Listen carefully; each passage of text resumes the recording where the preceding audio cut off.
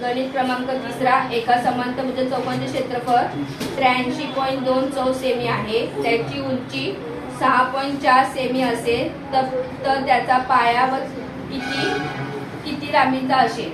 मग समांतरभुज चौकोनाचे क्षेत्रफळ बरोबर पाया गुणिले उंची. क्षेत्रफळ किती दिले 83.2. पाया दिला नाहीये आणि उंची दिले 6.4. मग पाया बरोबर 83.2 गुणिले 6.4. हे गुणिले इथे तर काय होणार भागिले होणार. मग पाया बरोबर मग 83 हा पॉईंटचा शून्य कुठे वाढणार छेदस्थानी वाढणार आणि छेदाचा पॉईंटचं शून्य कुठे वाढणार अंशस्थानी वाढणार. मग पाया बरोबर 6 हा शून्य गेला हा शून्य गेला 64 ने 83 2. मग 64 एके 64 13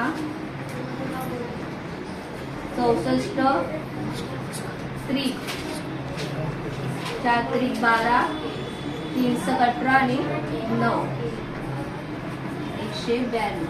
म्हणजे किती आलं 13 सेमी पाया.